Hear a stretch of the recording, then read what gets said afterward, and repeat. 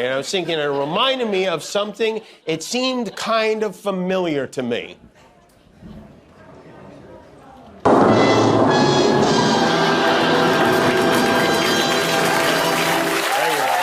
That is what it was. So, just to recap,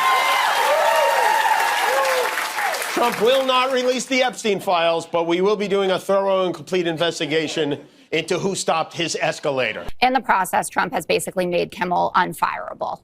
At this point, Disney, even if his ratings go down to 3 people watching it, will not be able to do it because now he has become the lightning rod, the symbol, the avatar for this fight about the First Amendment and government overreach. And I think it's important as well that we just saw before we came out here that it looks like Jim Comey is going to be indicted in a few days. Donald Trump on Truth Social. Let's get rid of Eric Siebert because he doesn't want to bring charges. We'll get someone in there who will. And lo and behold, we're going off, checking off our enemies list. It's all part of the same puzzle. Boy, that escalated quickly.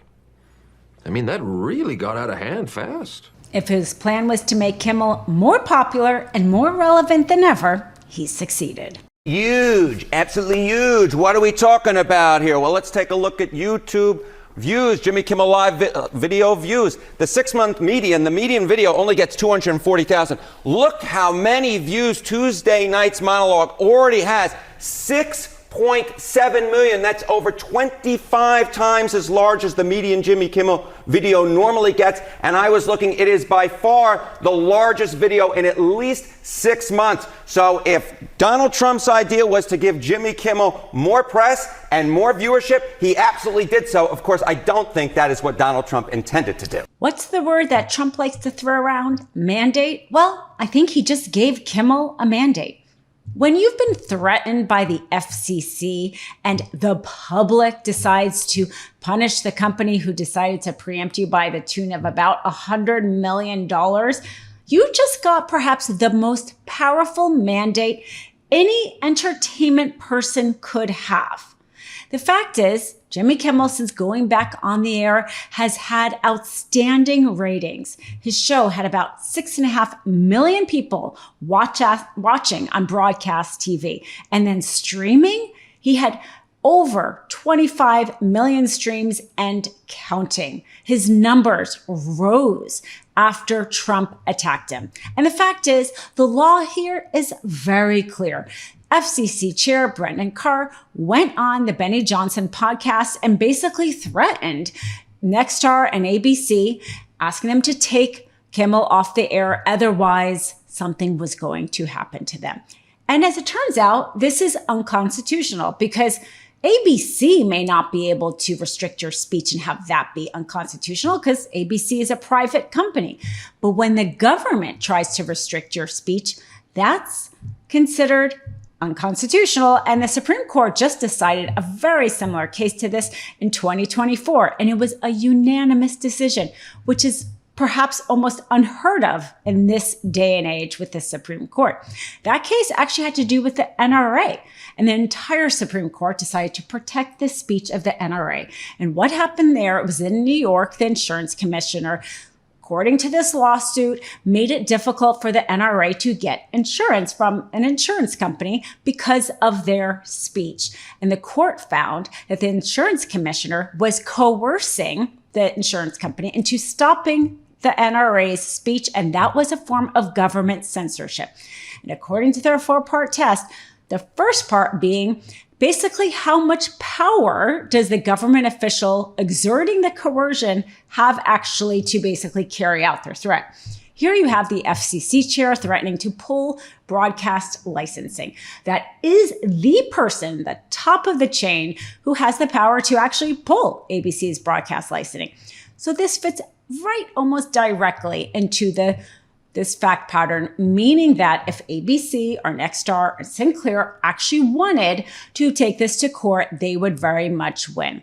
The reason why they didn't take this to court, as we know, is because Nexstar just entered into an acquisition agreement with Tegna Media for $6.5 billion just a few short weeks ago. And yes, you guessed it, they need the FCC chair to approve that merger in order for it to get through. So when the FCC chair decided to threaten them, instead of taking him to court and yes, winning, they decide to capitulate in advance and instead preempt Jimmy Kimmel, which instead made Jimmy Kimmel a hero of the First Amendment, as it very well should. And to all of the Republicans out there who say, isn't this just exactly what the left has been doing all these years?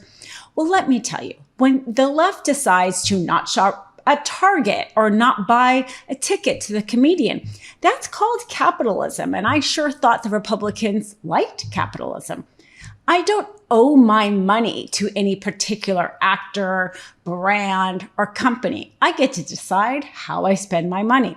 But when the government decides to threaten or, quote, cancel somebody based on the governmental power that they have, that is classic censorship. Your First Amendment only applies when the government tries to take away your rights, not whether or not Target decides to give you a promotion deal, let's say. Why would they want someone back who does so poorly, who's not funny, and who puts the network in jeopardy by playing 99% positive Democrat garbage? Who puts the network in jeopardy? You hear that? There's the threat again. This time straight from FCC Biscuit's mouth. He goes, he says, I think we're going to test ABC out on this. Let's see how we do. Last time I went after them, they gave me $16 million. This one sounds even more lucrative. A true bunch of losers. Only Donald Trump would try to prove he wasn't threatening ABC by threatening ABC.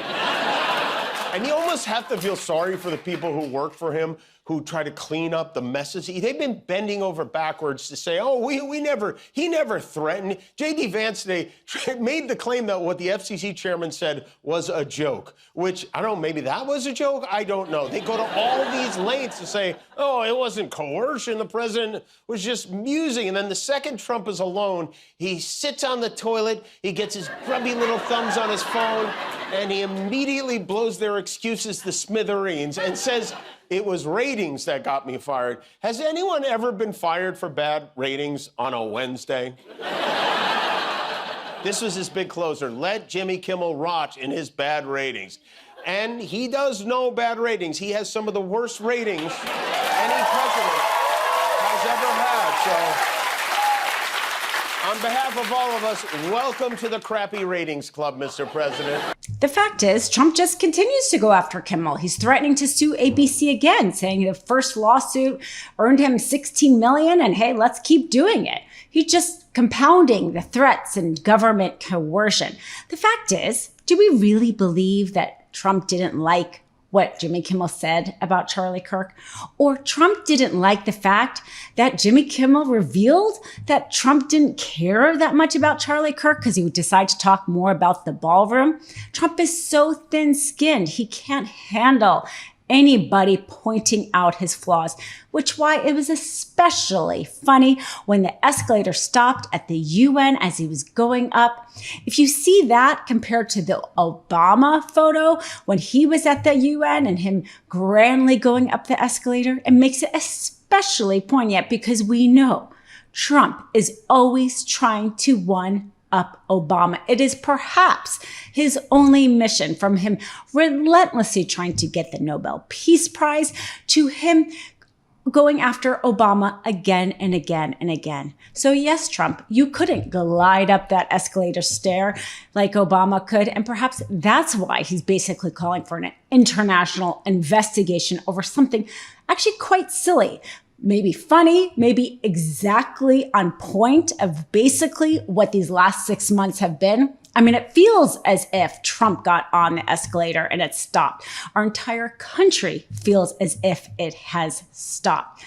We wish for those days when we could have a president like Obama just glide up that escalator and handle the government and day-to-day issues, so frankly, we don't have to think about them. Love this video? Support independent media and unlock exclusive content, ad-free videos, and custom emojis by becoming a paid member of our YouTube channel today.